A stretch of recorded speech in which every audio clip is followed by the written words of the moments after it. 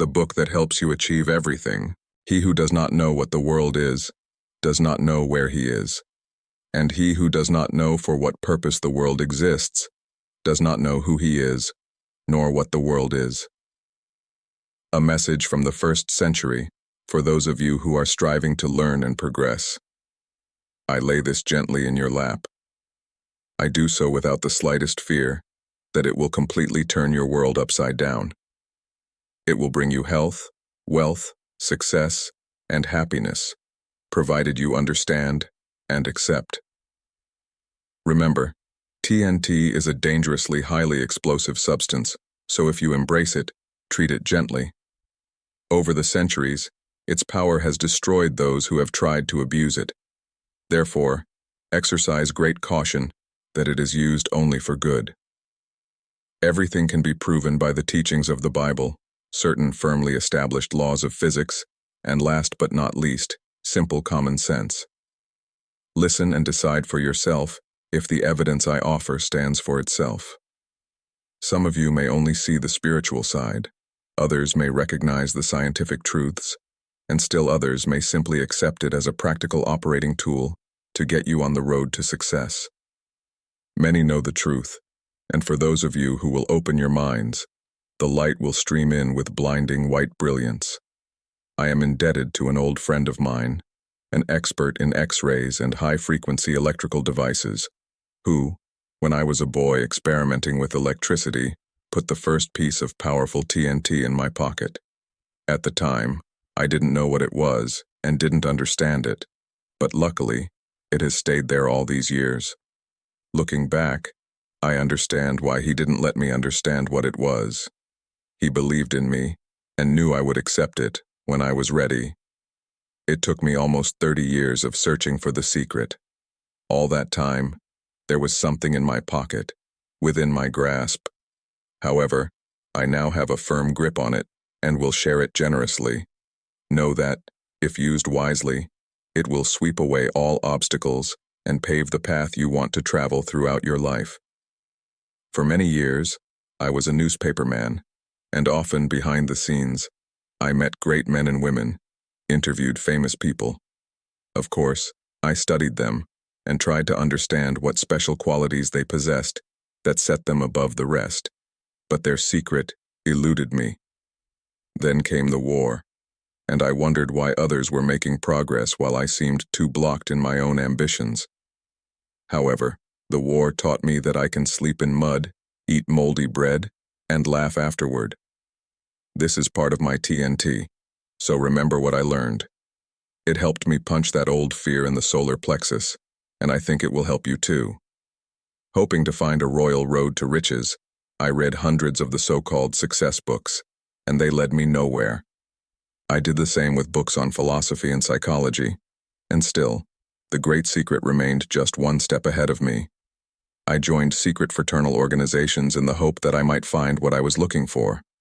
However, the secret was in every book, in the great order, everywhere, and actually right under my nose.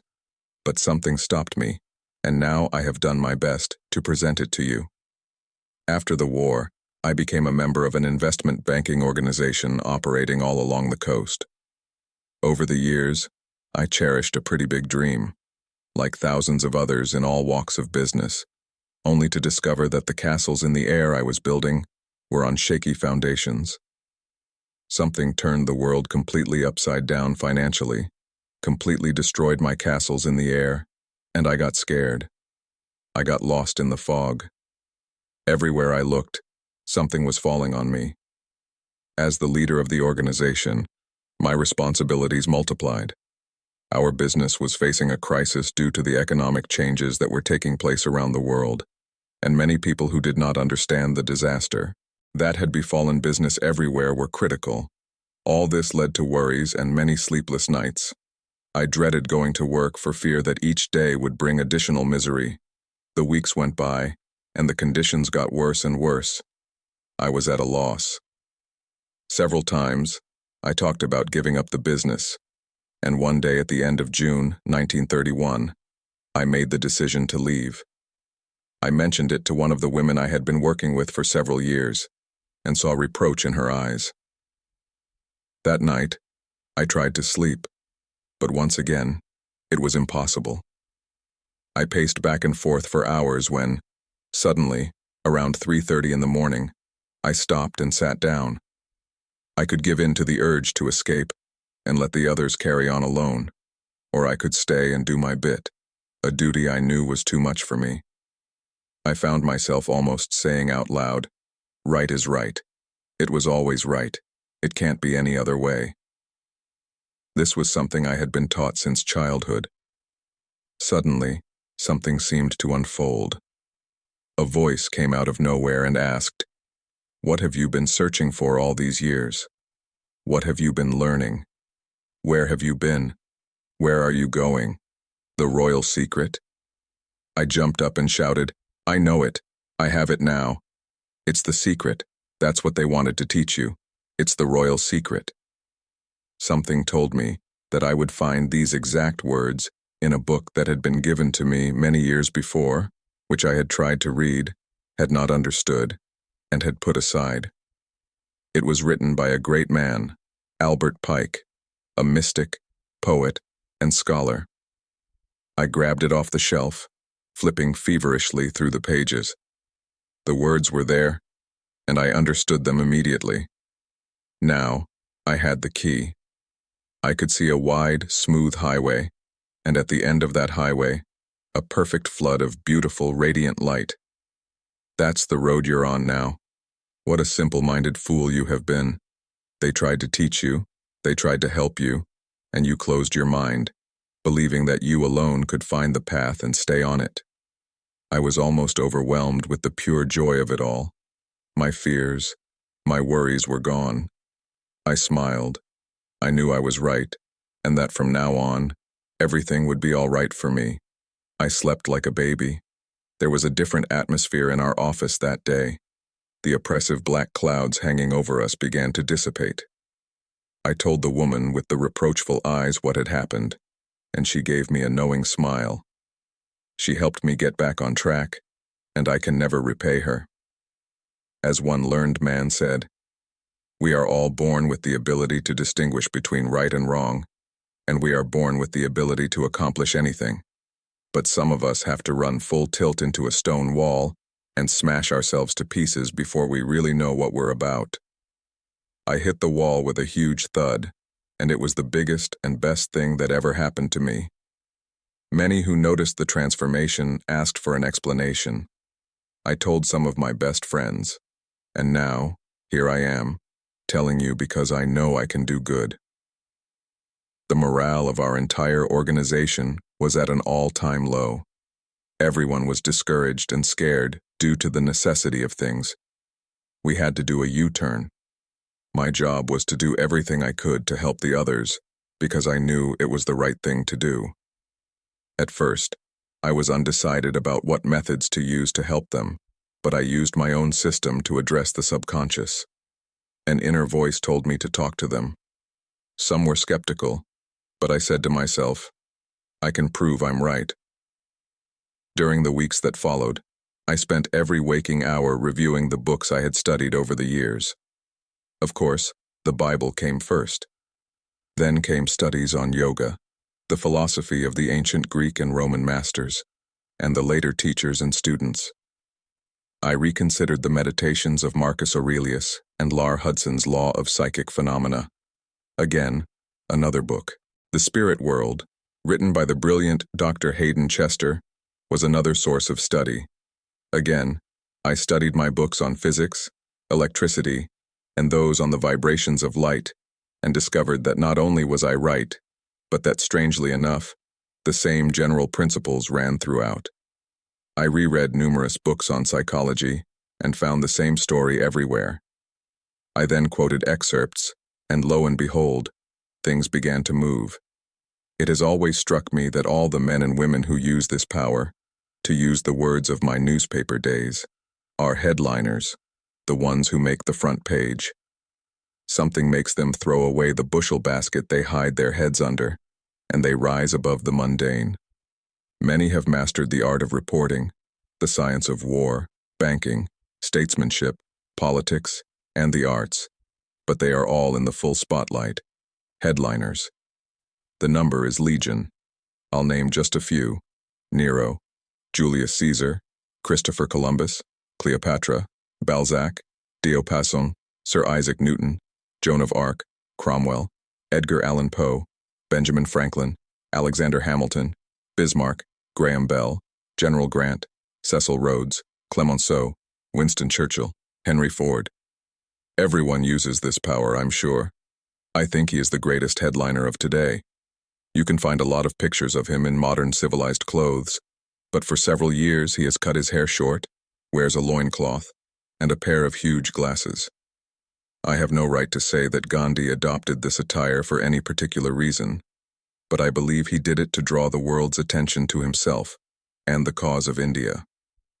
I make no attempt to explain why those who have this power are headliners. You have to find that out for yourself. The true greatness of a man lies in the consciousness of an honest purpose in life, founded on a just estimate of himself and everything else, on frequent self-examination and a steady obedience to the rule he knows to be right, without caring what others think or say, or whether they do or do not do what he thinks, says, and does. Marcus Aurelius.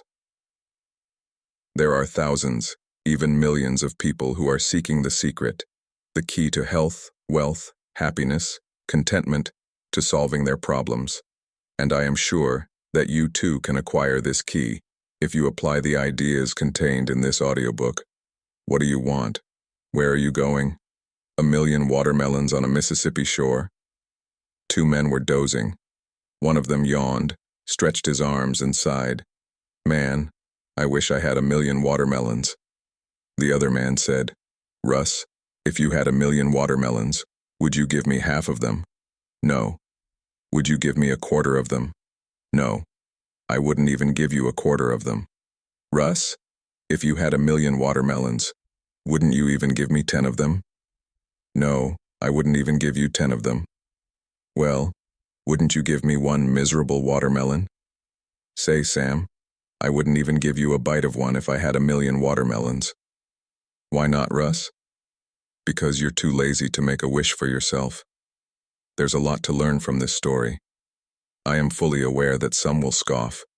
There have always been mockers, but mockers never succeed. They never get anywhere in life. I suppose there is no intelligent man or woman who is not genuinely interested in getting ahead, but I've often wondered if most of us don't have a negative trait that prevents us from really getting started. There's a saying, "If you believe it, it is." Perhaps just a cryptic statement, or rather a summary of what I am giving you. All great teachers like Confucius, Muhammad, Jesus, and many philosophers taught one big basic idea. It can be found in all religions, cults, creeds, and sects. The same general theme can be found everywhere. If you believe it, then it is so. As a man thinks in his heart, so he is. If you believe it, it is so. Boil the whole thing down to one word: belief. I have heard many people say that the days of miracles are over, but never in my life have I ever heard a thinker, a student, or a believer make such a statement. Surely the days of Aladdin and his lamp are over. Perhaps they never existed. So too with the magic wand, the flying carpet, and all those things from fairy tales and legends. When I speak of miracles, I mean the things that can be achieved through faith. Believe in your conviction. Believe in yourself. Believe in the people you are connected to. Believe in a force. Believe in something that controls everyone's destiny. And if you have that belief and can dissolve the negative side, nothing in this world can stop you from attaining what you desire. We all tend to calculate and weigh things up, allowing the negative side to come to the fore. Our thoughts express themselves in remarks like, "This can't work. I'm scared. What will happen if I do it? It's not worth the effort," and similar verbal alibis.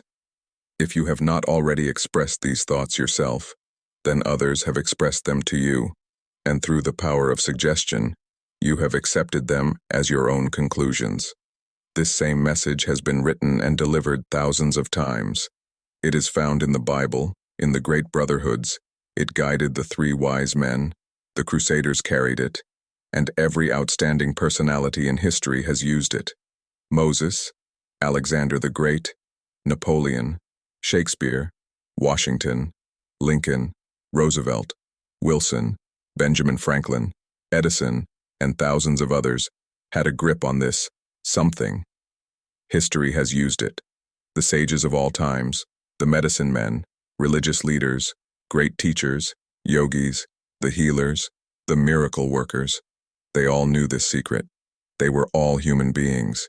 If they knew it and could achieve it, so can you. Believe, trust only that, and the ability of a firm believer to pass it on to others. That is the keynote of all great religions. All great things are started by one person, by one believer. It doesn't matter where they originally got the idea from. All great inventions are the result of this whole scheme. Belief in yourself and your ideas. All supersellers know this. They use the power, and that's why they are supersellers.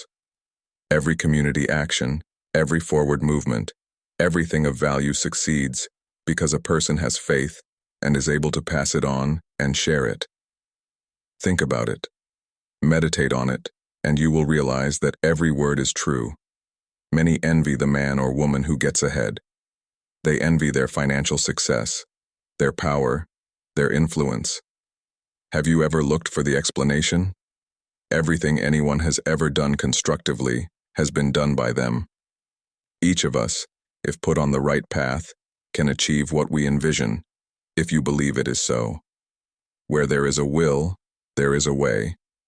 Get that willpower, that belief, going every minute of the day, 24 hours a day, 7 days a week, 365 days a year.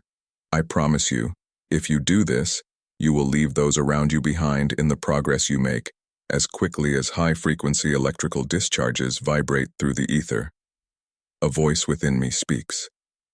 Mahatma Gandhi, on his arrival in England, to seek a solution to India's problems, said, "I am doing this because a voice within me speaks." Gandhi was talking about something that came from within. Call it a power, call it something supernatural, call it whatever you like. Some refer to it as the subjective consciousness. Others call it the subconscious, some instinct. Still, others refer to the impulses that come from within as hunches, divine messages. Spiritualists refer to it as a voice from beyond. Whatever it is, it brings results. And now, I'll show you how to acquire it. The connection between the conscious and the subconscious. The connection between the conscious and the subconscious, or subjective mind, is close. Any student of the subject knows what can be achieved by making clear contact with the subconscious mind. If, through the process of repetition, you can create a clear, detailed picture in your conscious mind and activate the subconscious mind, you have a power at your disposal that is astounding. There can be no denying that once you make up your mind to do something, it will get done. But the problem with most of us is that we evade, vacillate, and rarely decide what we want or clearly determine the path we want to take. All the daydreams and wishes would become reality if we had them constantly in front of us, leaving fear behind, pushing away all the reservations, all the ifs and buts. Again, many of us think we know what we want, but in reality, we don't. It sounds paradoxical, but if each of us truly knew what we wanted, we would get it, provided we had the will, the perseverance, and the dynamic power to go after it.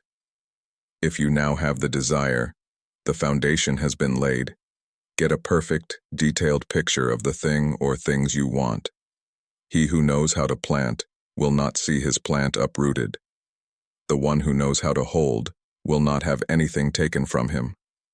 So, when you have the picture firmly in your mind, start repeating it. This will let the little voice speak from within and show you exactly and scientifically how to proceed to get what you want. As you move, all obstacles will become phantoms. The idea is to have the image or images constantly in front of you to help you visualize the things you want and to keep them in mind at all times. Write a word picture of them on several small cards. Keep them with you at all times, and look at them as often as possible, always with the thought in mind that the more often you look at them, the firmer the impression will become on your consciousness. For example, hang a card above the mirror so that you can look at it while shaving in the morning. Let the details of your wishes on the card grow as you develop the mental image. Have another card ready to look at during lunch or dinner. Use the cards again briefly before you go to sleep, and persevere. Supplement this method with the use of a mirror. Study yourself in the glass. Look deep into your eyes. Get to know yourself.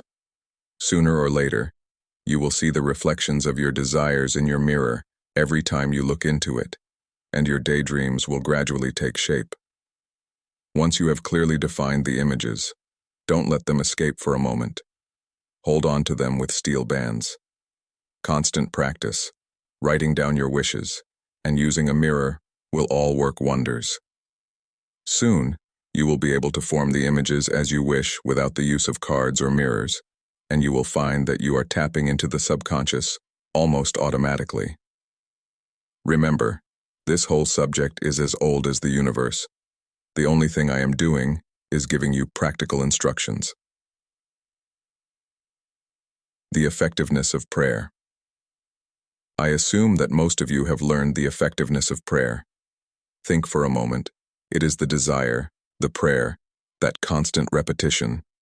Keep in mind, as I said before, you are appealing to the subconscious mind, that almighty force behind it, that omnipotent force, a supreme intelligence, or whatever you want to call it.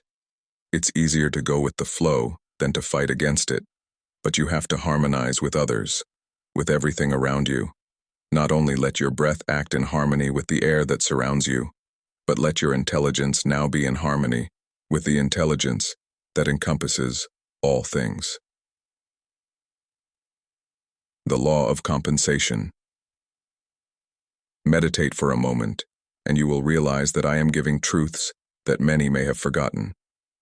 There is the great fundamental law of compensation that sets all things right. There are no hard and fast rules for anything, because some of us act one way, and some of us act another, just like two people crossing a river over different bridges. But in the end, they both reach their destination. It's the result that counts. And if you think carefully about what you want, and follow the simple rules given here, everything you want will be yours. Miracles will be accomplished, and you will do what you previously thought impossible. It is not wise to tell anyone about your wishes or desires, your innermost ambitions. Keep them to yourself, because if some people find out what you are striving for, they could put obstacles in your way.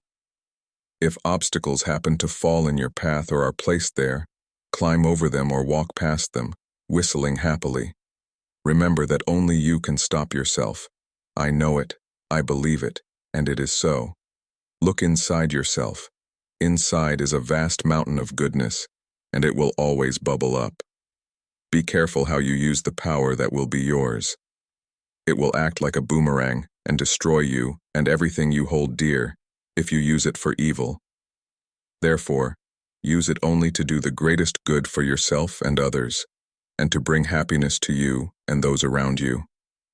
Do not talk or brag about what you have done for others. Your good deeds speak for themselves.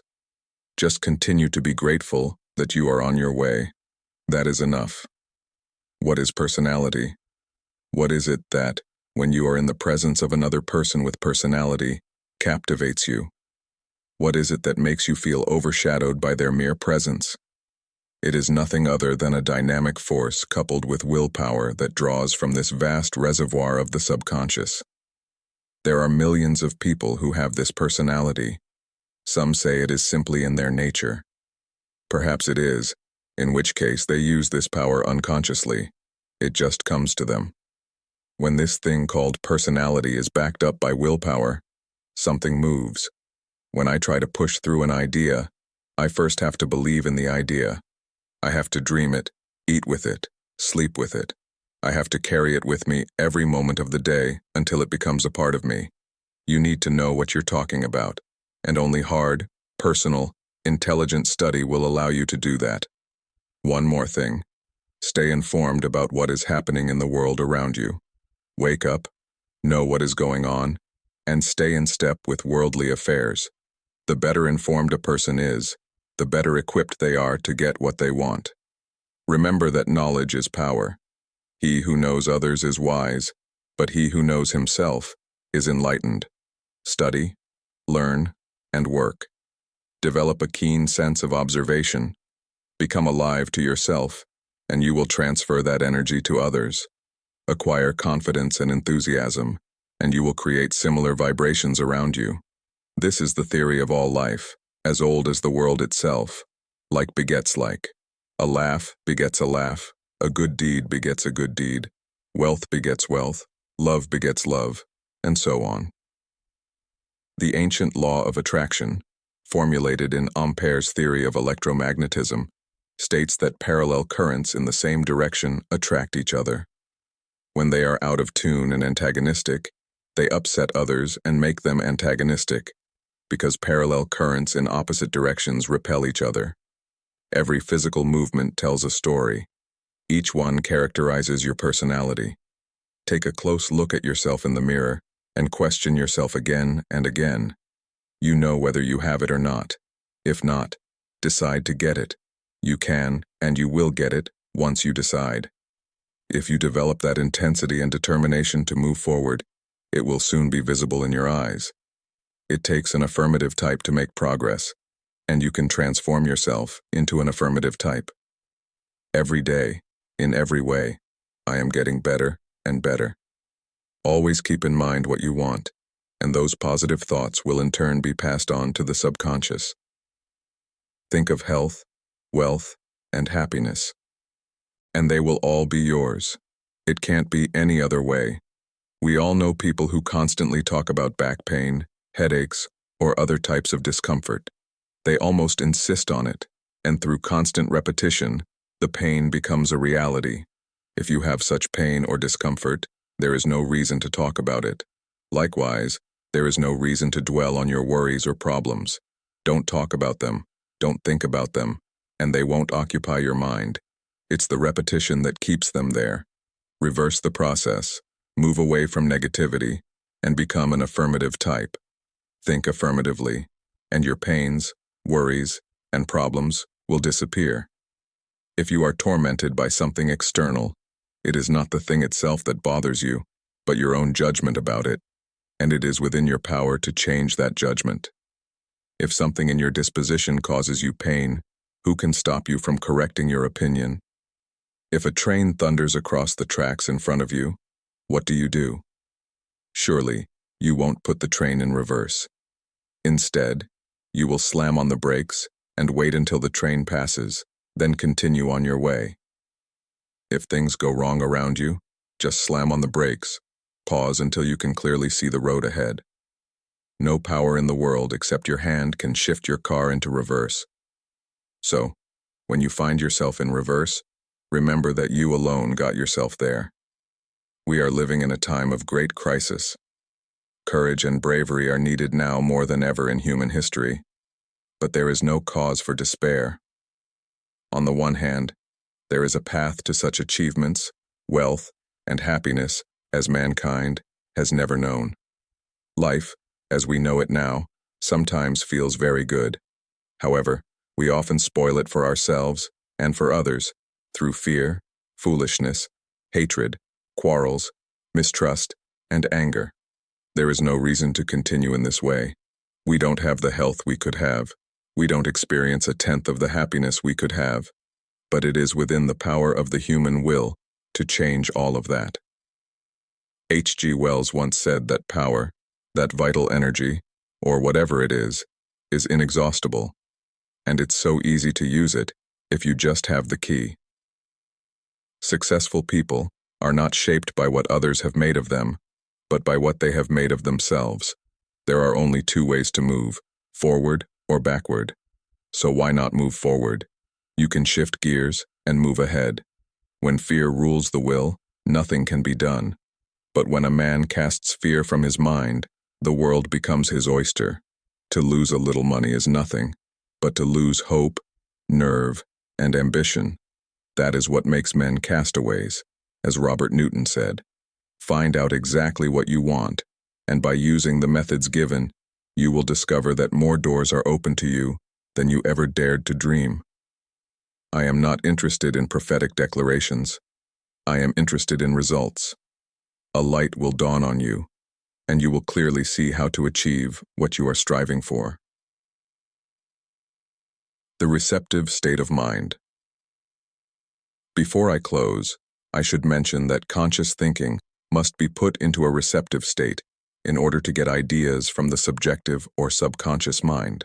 Of course, we all know that it is the conscious mind that weighs and calculates. The subconscious mind does none of these things. It simply passes ideas on to the conscious mind. You've probably heard it said before, follow your hunches. But what are these hunches? Where do they come from? They come from the work of the subconscious. Psychologists tell us that to access the human mind, you must enter a receptive state.